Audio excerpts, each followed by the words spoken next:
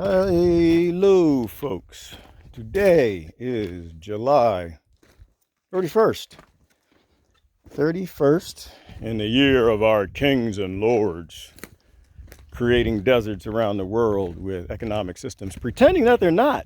So anyway, not going to touch that with a 20-foot pole. What am I doing today? A lot. I haven't done a journal in a while. Lots happening. I'll try to cover everything, but today I'm working on, because it's raining, rainwater recovery and the swale on contour, or the biggest one I've done so far. So I'm walking out there, but I brought along the Peltier effect device. Kind of want to play with this, sweating like a pig because I've been creating this swale, or not creating, fixing, because it's so humid. And so this is a device that creates water out of thin air. Magic. Doo, doo, doo, doo. Two pieces of metal, different types of metal.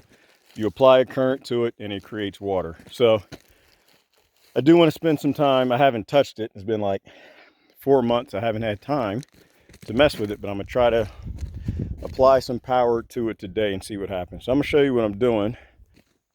So this is the current condition of the swale, which is, remember, water comes down the hills on this channel and it goes all the way across, got a mound up, and it comes down the hill on the side channel as well. And so the eventual goal, probably got to step back so you can see what I'm talking about, is to create a pond in the middle, some sort of reservoir. Only because I think we're high enough up where I think I might be able to get away with it, and then let the drain off, head downhill.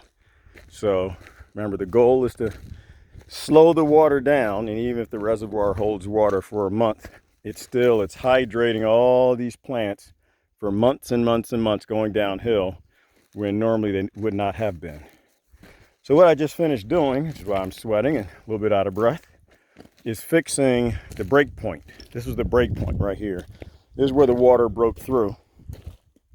And, to a degree, it's a good thing we know where the break point is. So I've got to excavate that. Obviously, it's not deep as it can go, and then push all the soil back so it creates a reservoir, if that makes sense now. But this was the weak spot. This is where the water broke through. The most pressure was here. It happened to be probably the lowest point, and so the water just pushed it through. So what I just did is just dammed it back up with the rocks that are right there, and then created some sort of a check dam on the outside of it. So, I forgot, I was walking back. I meant to bring a piece of PVC pipe I'm gonna use as a culvert. I think it's a 3-inch. So somewhere up here, I'm gonna put a 3-inch culvert. If I have multiple, I might do multiple across the top. So what'll happen is it fills up, and this was the breakthrough height. So I didn't go all the way up to the breakthrough height because I want to put the PVC pipes right here, just above the place where the pressure is the weakest. So the added weight of the rocks and pushing the dam out to the depth of it, the weak point should never be reached. So the water should rise up to this level, go through the culvert, head downstream to the next swale, hit some check dams on the way, which I have not done yet. Well, I think the kids did a bunch of check dams. I'm not sure if they dammed this one up. They did dozens, but I probably need hundreds. And so that way the water pushing through doesn't actually break it. So the other thing is, you want to plant your mound so that it becomes permanent. You need the roots to get in and grip the soil. And so this is a nasty grass that grows in Pennsylvania in my yard, or what used to be my yard. So I'm planting weeds today. And they just came along for the voyage. There was probably moringa in the planter, and just the weeds took over, or something else, mesquite, whatever. And so what I'm going to do is, well, first of all, I'm not going to really do much for irrigation. And certainly not initially. This is a plant that dries out really, really well and comes back. So what I'm going to do is I travel with seed. And based on the little pod, the seed, and what I see in there, looks like these are mesquite. I have multiple varieties of mesquite. I really don't care which this is.